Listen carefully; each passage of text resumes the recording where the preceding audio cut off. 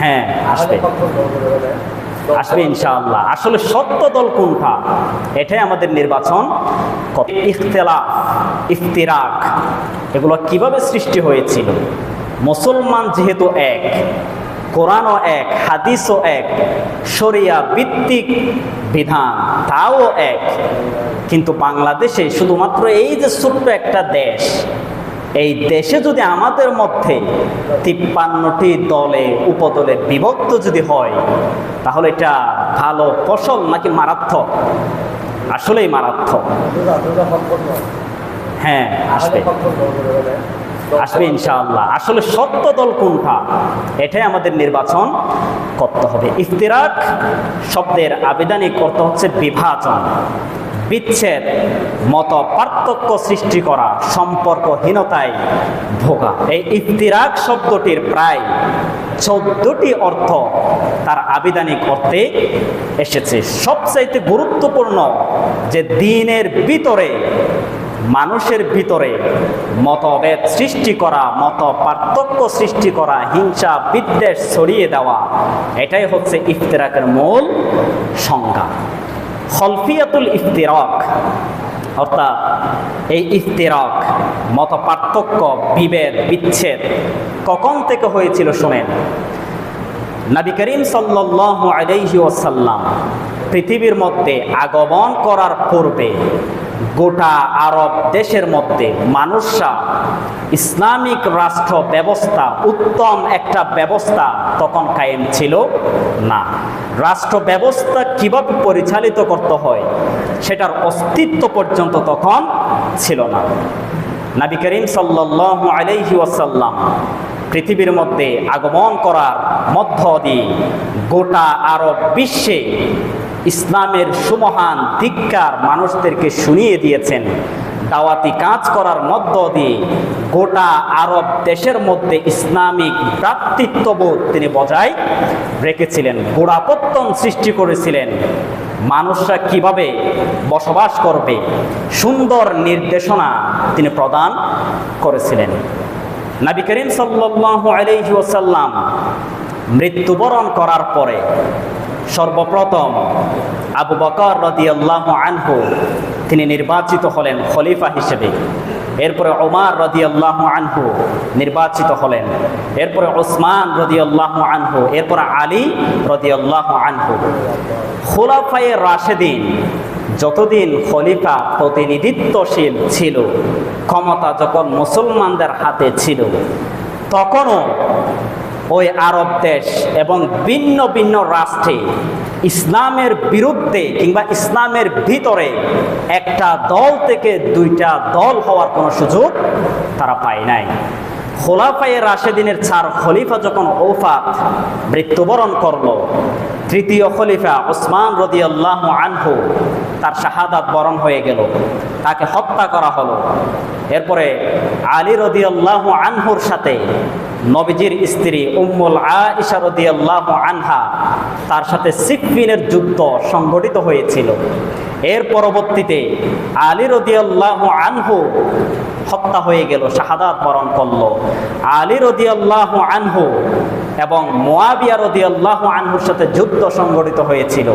আবার মুআবিয়া রাদিয়াল্লাহু আনহু তিনি ক্ষমতা গ্রহণ করল, খিলাফত গ্রহণ করল। পরবর্তীতে এই মুআবিয়া রাদিয়াল্লাহু আনহুর সন্তান ইয়াজিদ, তার সাথে আলী রাদিয়াল্লাহু আনহুর সন্তান ইমাম হুসাইন রাদিয়াল্লাহু আনহুর সাথে কারবালার যে হত্যাকাণ্ড, নির্মম পরিস্থিতি ঘটনা ঘটেছিল, এগুলোর মধ্য দিয়ে তখন থেকেই ইখতিলাফ এবং ইফতিরাক সৃষ্টি হয়েছিল। নাউযু বিল্লাহি মিন যালিক। হিজরির শতাব্দীর শেষ ভাগে সর্বপ্রথম আলী রাদিয়াল্লাহু আনহুর গোষ্ঠী থেকে, আলী রাদিয়াল্লাহু আনহুর সংগঠন থেকে 2টি দল উপদলে বিভক্ত হয়ে গেল। খারেজি এবং শিয়া।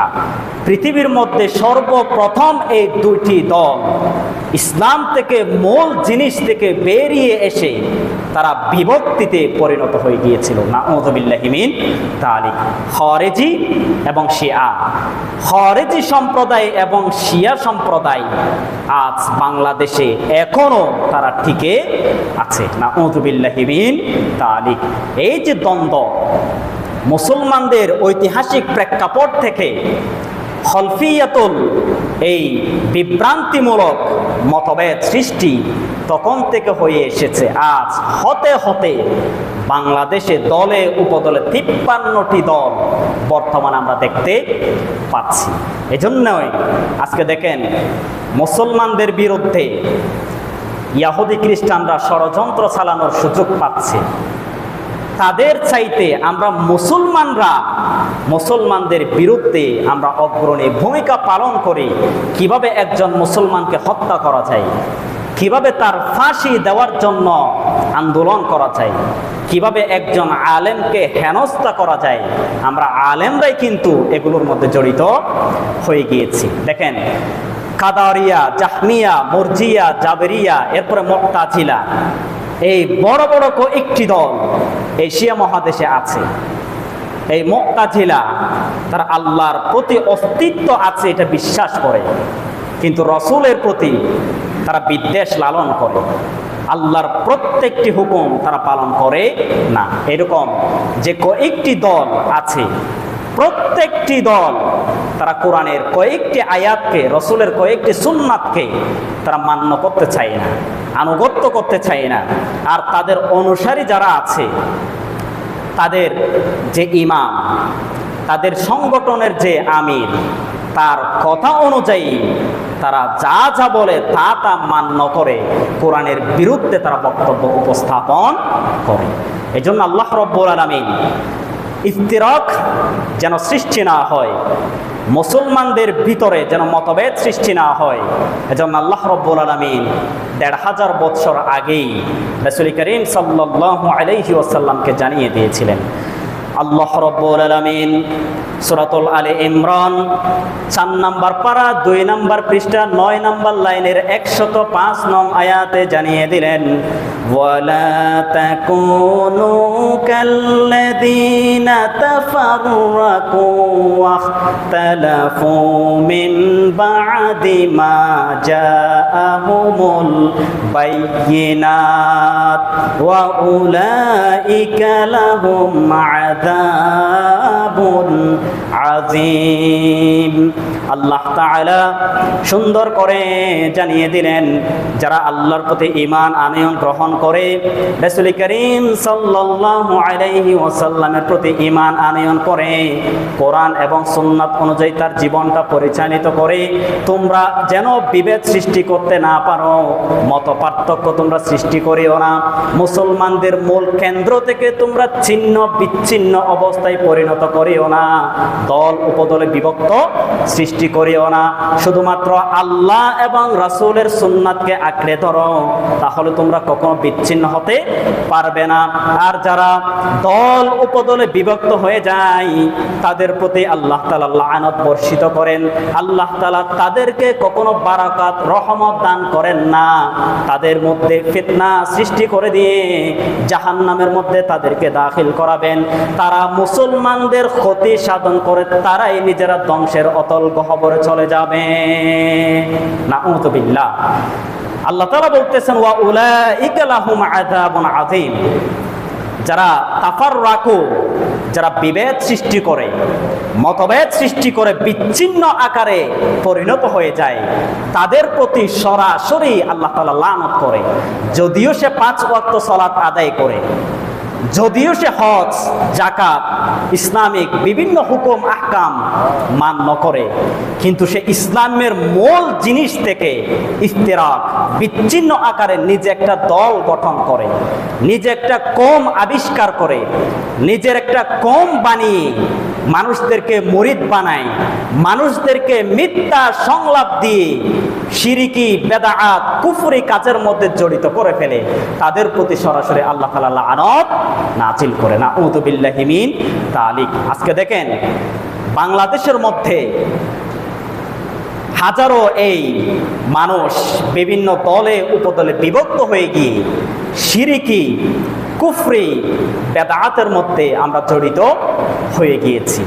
পৃথিবীর মধ্যে সর্বপ্রথম যে বিচ্ছিন্ন আকারে দল গঠন হয়েছিল, তাদের প্রতি আল্লাহ তাআলা যেভাবে লানত করেছেন, কিয়ামত পর্যন্ত যারাই দল উপদলে বিভক্ত হয়ে যাবে তাদের প্রতিও আল্লাহ তাআলা লানত বর্ষিত করে তার জীবনটা তছনছ করে দিবেন। নাউযু বিল্লাহি মিন যালিক।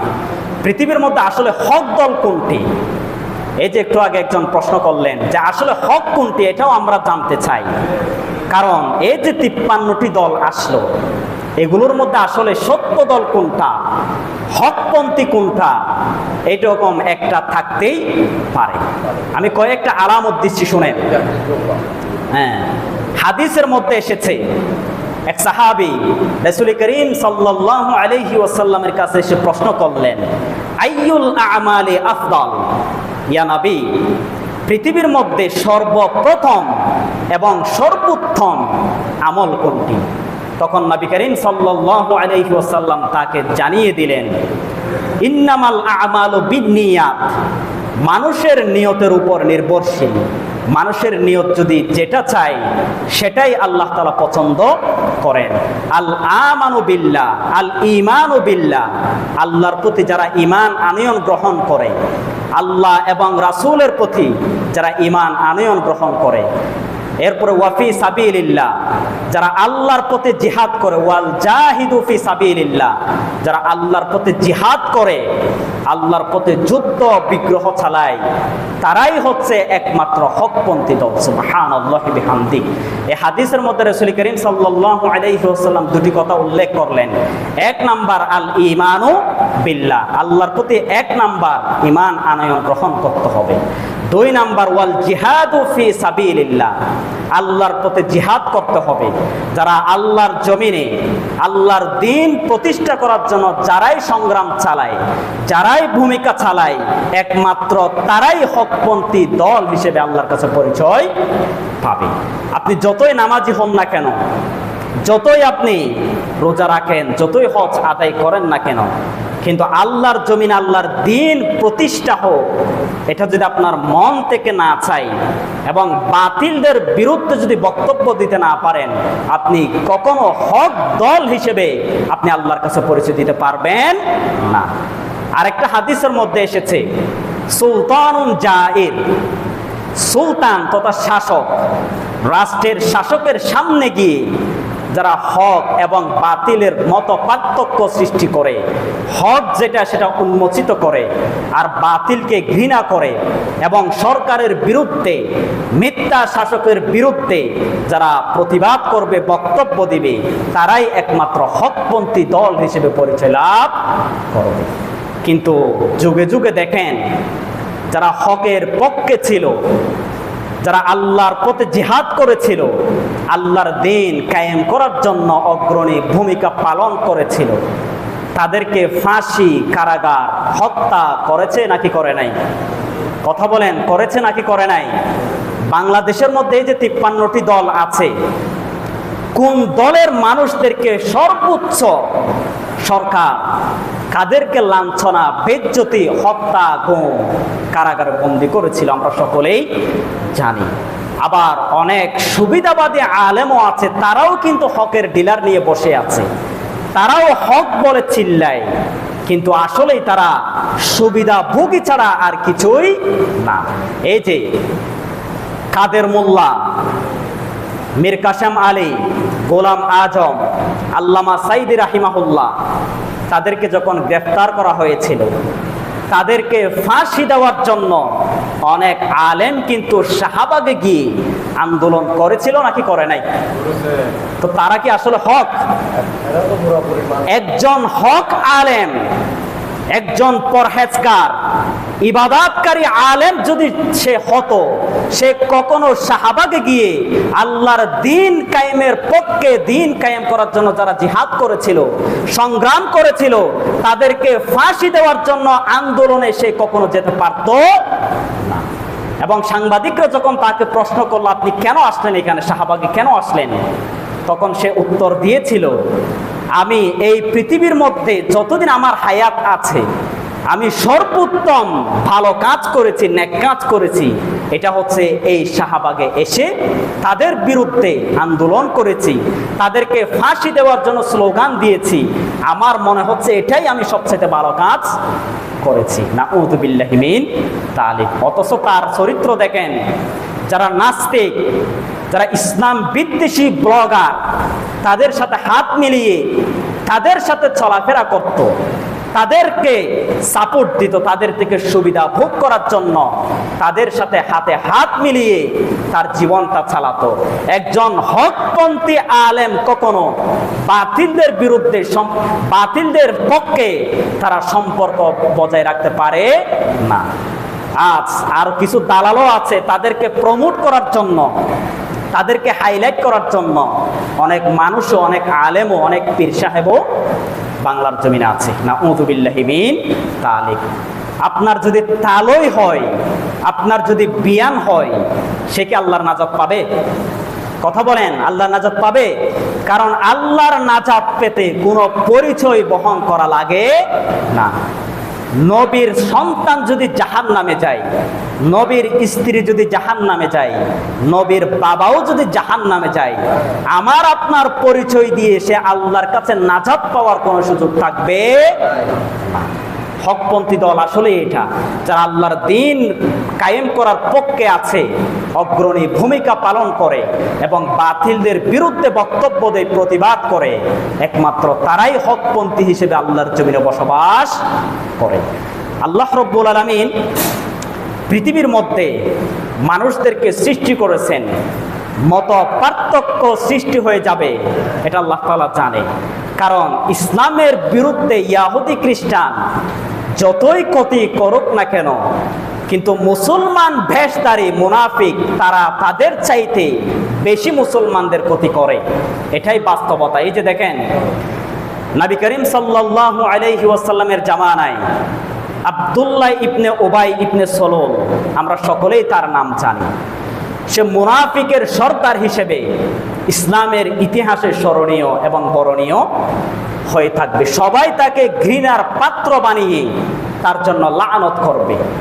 আব্দুল্লাহ ইবনে উবাই নবী করিম সাল্লাল্লাহু আলাইহি ওয়াসাল্লামের পিছনে পিছনে থেকে তিনি জামাতের সাথে সালাত আদায় করতেন, রোজা রাখতেন, হজ আদায় করতেন, উমরা পালন করতেন। নবীর সুন্নাত আমার আপনার চাইতে সে বেশি আমল করেছিল, পালন করেছিল। কিন্তু সে জান্নাতি নাকি জাহান্নামী? কথা বলেন, জান্নাতি নাকি জাহান্নামী? কারণ শুধুমাত্র একটা, সে ইহুদি খ্রিস্টানদের সাথে সাথে সম্পর্ক বজায় রাখত।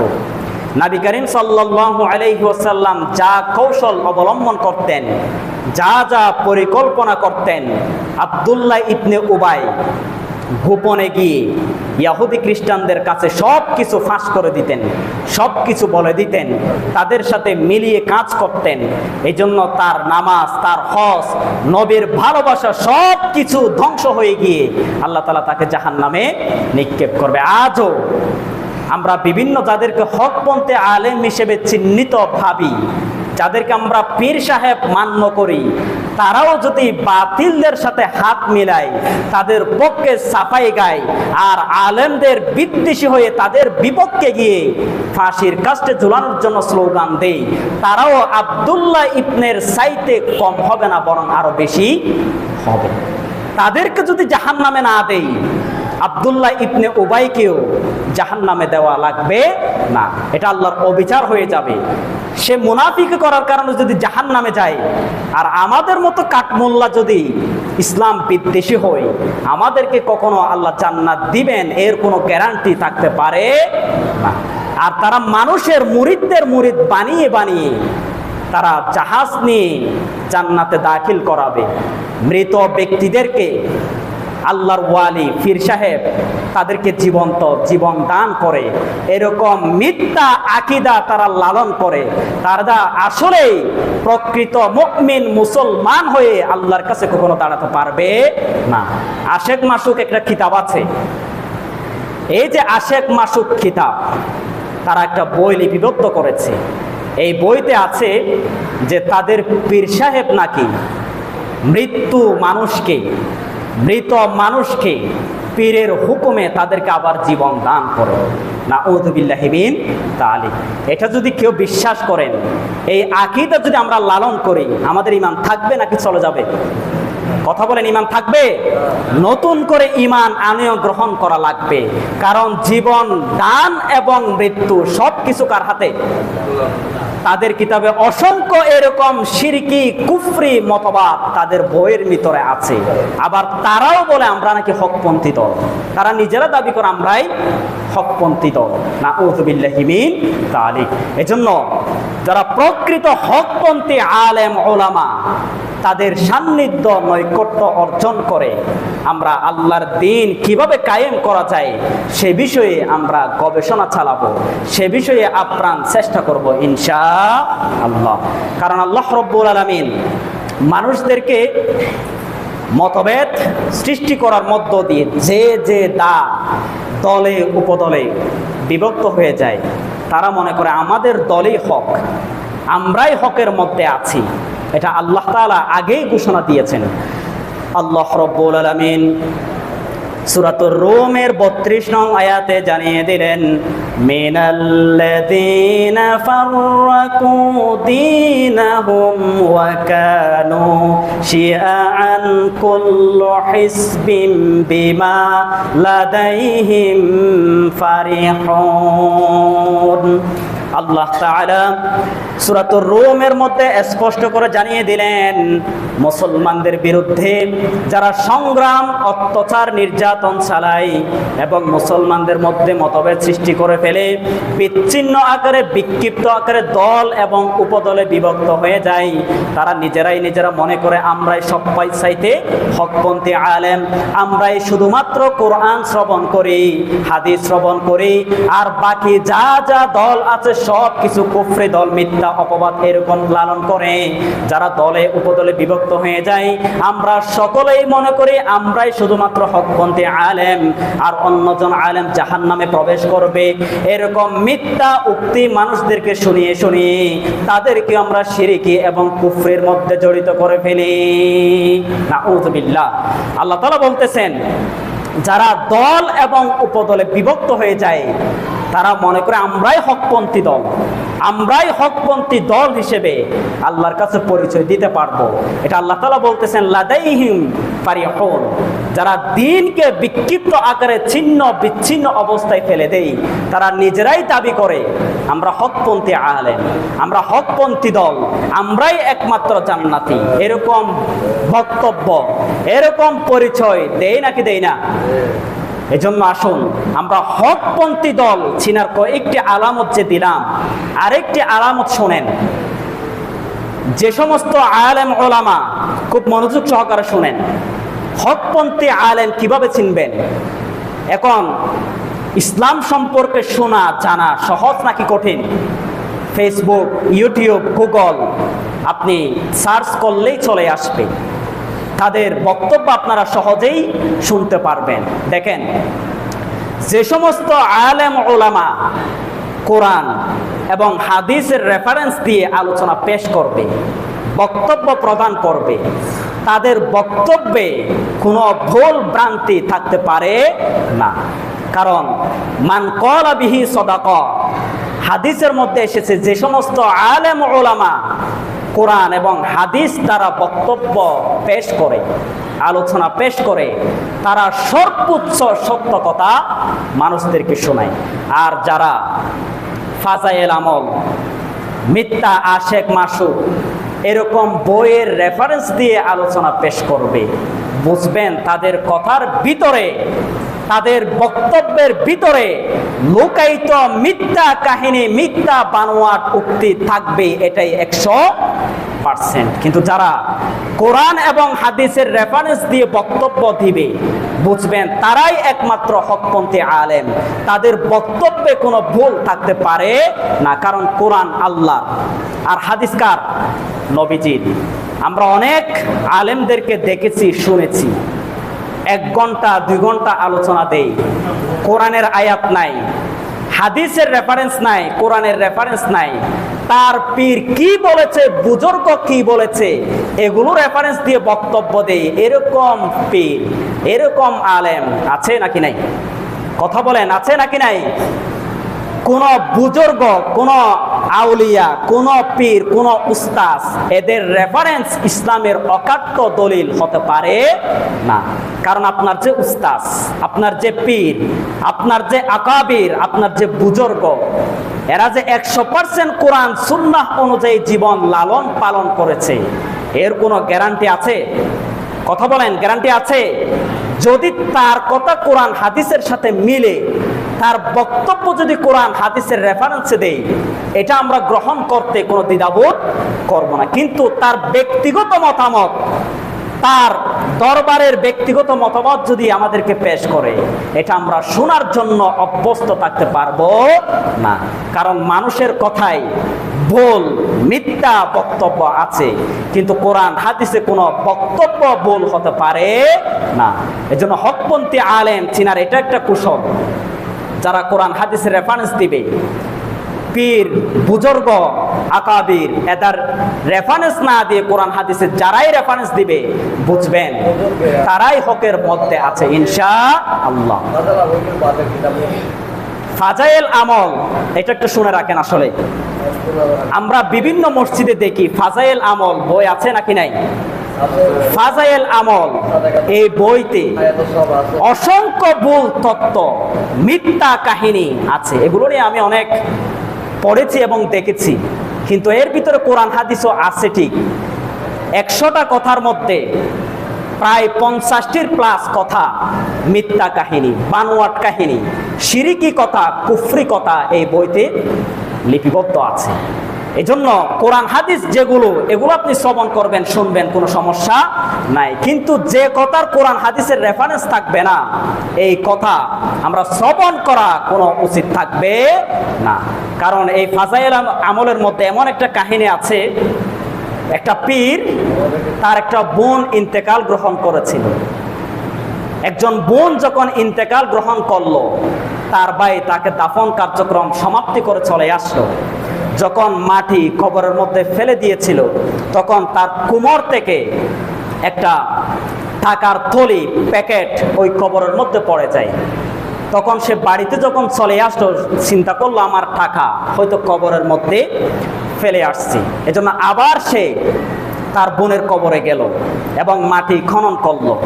মাটি খনন করে দেখতে পেল তার টাকার পুটলি ওই ভিতরেই আছে, এবং সে দেখতে পেল আগুনের তাপ, সাপ, আগুনের প্রচন্ড তাপ ওই কবরের মধ্যে তার বোনকে কষ্ট দিচ্ছে।